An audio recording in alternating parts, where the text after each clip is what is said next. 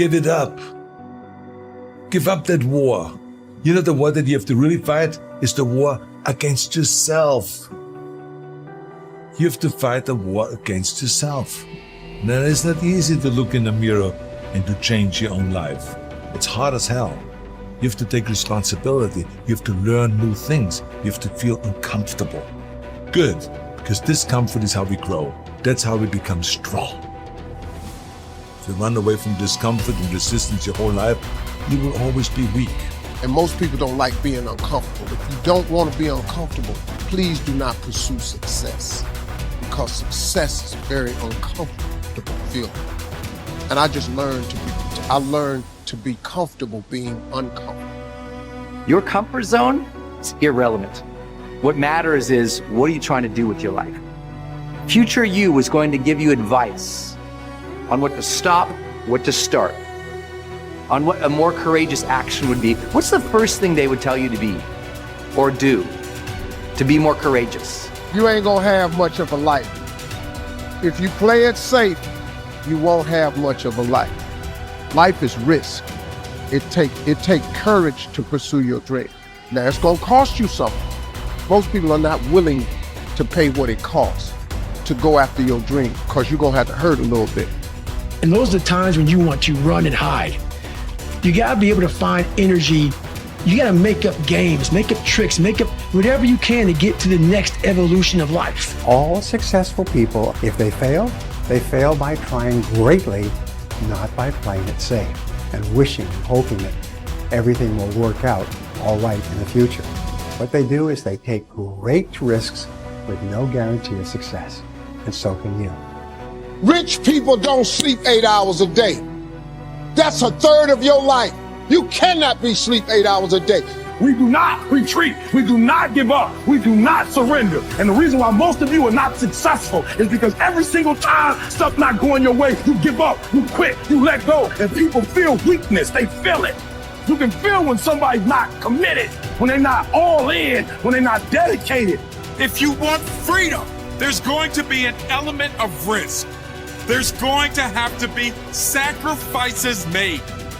There's going to have to be late nights, extra hours, persistence, and most importantly, growth. If you don't become someone else, you will not be able to earn your freedom. The person you are right now might not be good enough for the life you want. If you really want it, you're going to have to become someone else. The voice in my head said, you know what, man? You're gonna die never even trying to reach your full potential.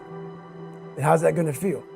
So I'm gonna live even while I'm dead. I'm gonna be, because I believe in a higher power, whatever it may be. I don't know what it is. I believe that your mind lives forever. Some spirit, something lives forever. I'm gonna be haunted by the mere fact that I literally just, that's what I was. You wasted that life. That's what I was, man. You look back and here lies David Goggins, a punk. That's it. And I get to live, so whatever heaven or hell is, you're in hell the rest of your life. The rest of your life. And if there is a God, which I hope to God there is, knowing what I put myself through now, whatever memories I have, if there's any at all, I'll be a happy man. But I knew that I was getting paid for this while I was living or while I was dead. I was getting paid for this, because basically to me, it was a huge sin. I'm basically just gonna sit here and just be a comfortable man and not even try. Wasting your life is a sin, It's right? a sin. It is. I'm not even gonna try. I want you to get over this notion that I find so annoying that so many people have, that success and power in life is dependent on something like genetics.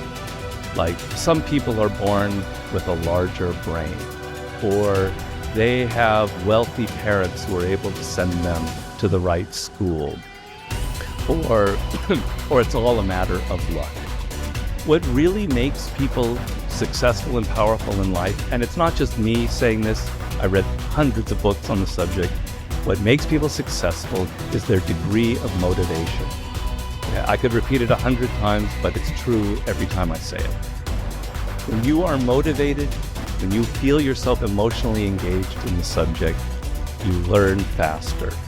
You learn what could take somebody 10 years to learn, you can learn in 2 years. When you feel emotionally engaged with something, you're able to push past all the obstacles. The sense that it's genetics or the size of our brain or our parents' money, you can't control any of that, obviously. And they can become kind of crutches for some people.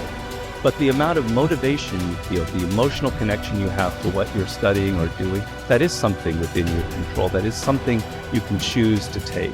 And it is, you're going to find people giving you all kinds of great advice about your careers, about where you should go, you know, your MBA, etc.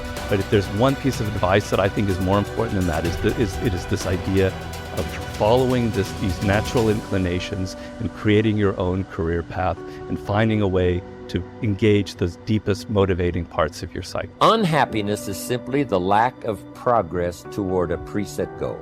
If you're not making progress, see, that's when unhappiness sets in.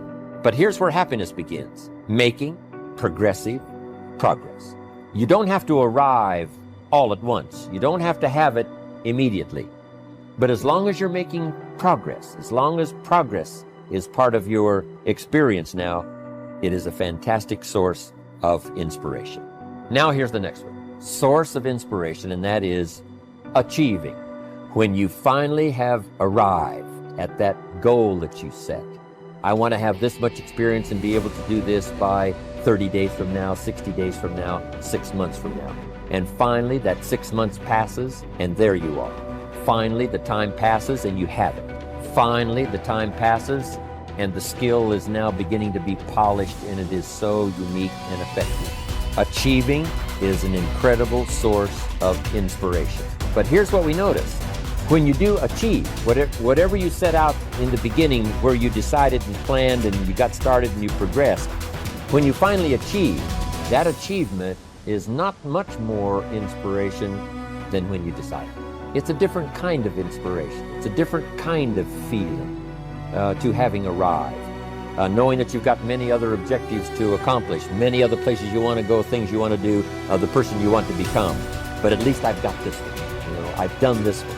As the saying on the wall of the inner city school reads, God don't make no junk. Each person is capable of achieving excellence in some way, in some area. You have within you, right now, the ability to function at genius or exceptional levels in at least one, and perhaps several different intelligences. Your job is to find out what it could be for you. Your responsibility to yourself is to cast off all these self-limiting beliefs and accept that you are an extraordinarily capable and talented person. You are engineered for greatness and designed for success. You have competencies and capabilities that have never been tapped. You have the ability within yourself right now to accomplish almost any goal you can set for yourself if you are willing to work long enough and hard enough to achieve it. The good news about beliefs is that all beliefs are learned. They can therefore be unlearned, especially if they are not helpful. When you came into the world, you had no beliefs at all about yourself, your religion, your political party, other people, or the world in general. Today, you know a lot of things. But as the comic Josh Billings once wrote, it aren't what a man knows what hurts him. It's what he knows what aren't true. There are many things that you know about yourself that are simply not true. And these are almost always in the area of self-limiting beliefs. The starting point of unlocking more of your potential is for you to identify your self-limiting beliefs and then ask, what if they were not true at all? What if you were possessed of an extraordinary ability in an area where you didn't think you were very good at all, such as selling, entrepreneurship, public speaking, or money-making? Everywhere I go throughout the world, I have taught these principles to many tens of thousands of people. I have filing drawers full of letters from people who had never heard this idea of self-limiting beliefs before. But once they heard it, they changed their entire attitudes towards themselves. They began to see themselves as far more competent and capable in key areas of their lives than they had ever been before.